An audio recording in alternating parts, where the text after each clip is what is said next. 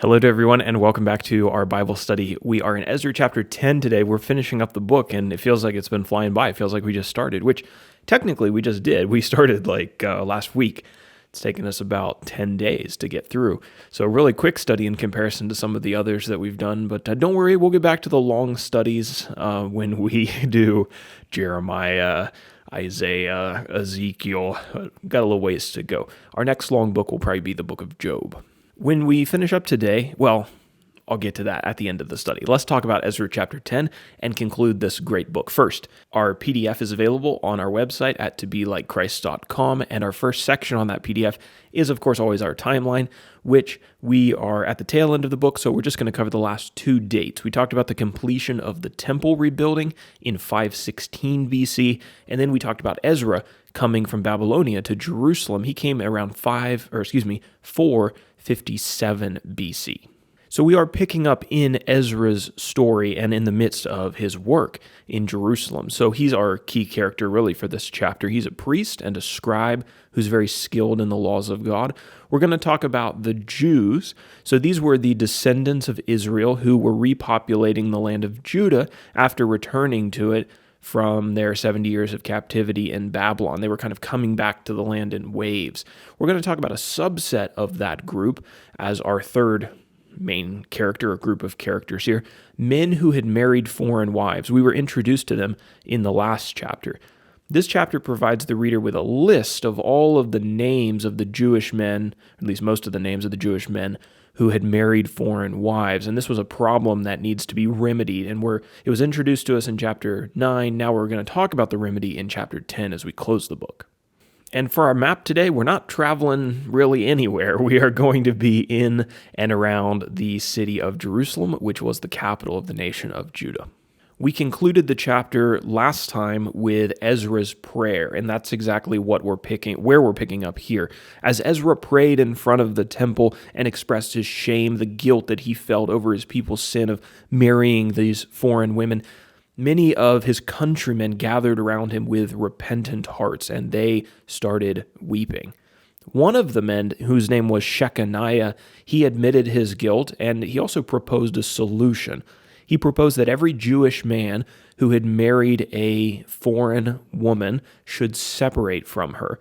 And this was so that Israel could be purified of the bad influence of these sinful foreign nations and their practices. Pretty much all of the other Jewish men agreed that this should be their path forward and that this was the best solution that they could think of, and they took an oath to do it. And so then a proclamation was made that all the people of Judah were supposed to gather in Jerusalem within 3 days. And this was to make them aware of this decision and to begin enacting this pretty significant cultural change within the country. Now we move on to section number 2, 9 through 17. The Jews gather in Jerusalem to fix their mistake. So all the Jews heeded this proclamation that was sent out, and they gathered in Jerusalem within 3 days' time. They sat in the square at the temple in front of Ezra as he was giving them instructions. And it says something interesting. It says that they were trembling because it was raining very heavily. Now, I don't know if Jerusalem in that area has a rainy season like some places do. If you know, you can leave it down in the comments. I'm not aware of that. But it was raining heavily this day, and they also seem to be expecting more rain to come, which kind of changes the way that they approach handling this situation, which you'll see in just a second. I will say that some people see symbolism in this rain as if it's not just a statement of fact that about the weather, but rather this is like a rain that's coming on the people because of their guilt and soaking them with their sins, or some people see their sins being washed away by this heavy rain and sweeping away the impurity of Judah as they are repenting. I'm going to withhold, though, on speculating about that because the text doesn't tell us anything specific. And so as far as I'm aware, I think this is just a statement of fact because it tells us about how the fix of this problem is going to be implemented, which we'll see in the upcoming verses. So it's raining, everyone's soaked probably at this point. Ezra stood up and he confronted them about their sins, and he told them that they needed to repent and that any man of the congregation who had married a foreign wife needed to separate from her. The vast majority of the group of the Jewish men agreed that this was the right path forward, and they agreed to do as Ezra instructed. There were some dissenters, but now because of this heavy rain, this is where this comes into play, and the amount of time that it was going to take to implement this, because it wasn't something that was going to be able to be done in 1 or 2 days, Ezra told the people to return to their homes. And Ezra would call all of the men who had married foreign wives and deal with their situation on a case-by-case basis from Jerusalem. Now, Ezra didn't do this alone. He selected some leading men from the people, and he began this process, it says, on the first day of the 10th month. And the total process to meet with all of these men and to fix the mistake that they had made, it took 3 months in total. And so that pretty much wraps it up for the chapter, but you notice we still have about 25 verses to go in verses 18 through 44. These can be summarized pretty quickly, though, because basically this is just a list of the names of all of the men who had married these foreign wives. So I've entitled this section, A List of Those Who Had Married Foreign Wives. Repetitive.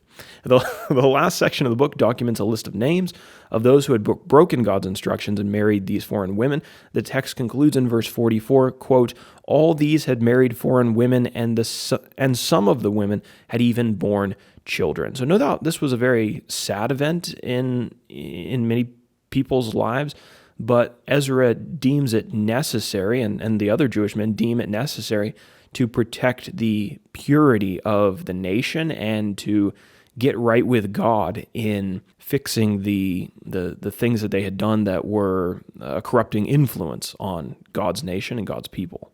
And let's go ahead and talk about that a little bit more in our application section. The people of Judah were a special nation chosen by God to have a unique identity. But one thing that we see in the history of the people of Israel is that rather than embracing their distinction, they often diluted their identity by mixing with the nations around them, and this seemed to be a continual problem that they struggled with throughout their history. Now, for application, as Christians, we've been given a unique identity in Jesus. This is talked about by the Apostle Peter in 1 Peter 2, verse 9. He says, but you are a chosen race, a royal priesthood, a holy nation. Not talking there about a genetic line or a genetic nation or an ethnicity or anything like that, but the fact that we become a nation, a people in Jesus. We are a nation under his kingship. As Christians, our unique identity is something to be protected, something to be proud of, not something to be diluted with the influences of a sinful world.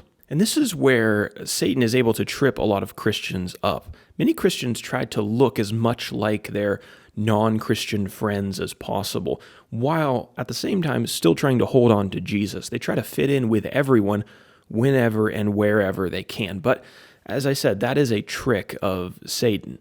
The Jews, they didn't totally abandon God's law. They were still performing all of the worship that was supposed to go on at the temple and things. But in other areas of their life, they were starting to make compromises.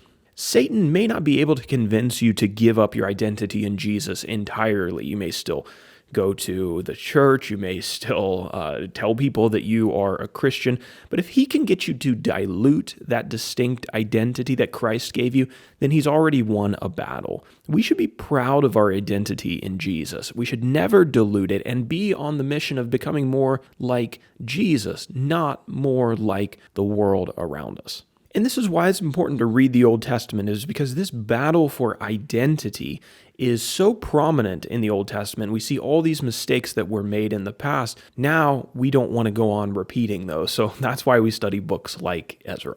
Well, there you have it. That is the book of Ezra. I hope these studies were beneficial to you in your comprehension, and I hope also in the applications that come from the book, that you'll be a better person, more like Christ, more proud of your identity in him, because we've studied this book. I've really enjoyed it. Now, to me, Ezra kind of ends in like an anticlimactic way, but that's probably because we just are supposed to roll on into the book of Nehemiah. Nehemiah and Ezra initially were just one scroll, one book. So that's what we're going to do. Now it's a Friday today, and so I'm not going to start a new study on Saturday because that just never works. We're actually going to start on Monday. So Lord willing, on Monday we'll start the book of Nehemiah, which has 13 chapters, and it covers some similar events around a similar time frame to these. So we're not going to be skipping over 1,000 years or anything like that. We're pretty much going to stay in context. So Lord willing, that's what we'll do on Monday. I hope to meet you there. We'll talk about Nehemiah and we'll progress on through the rest of the Old Testament, hopefully. I just wanted to say thank you to everybody who's been watching these videos, and also for the people who have sent in donations recently and support and just encouraging comments. I feel like recently I've had an overwhelming amount of encouragement and support, and just want to thank everybody for that. And it's nice and it keeps me going. So thank you from both myself and my wife.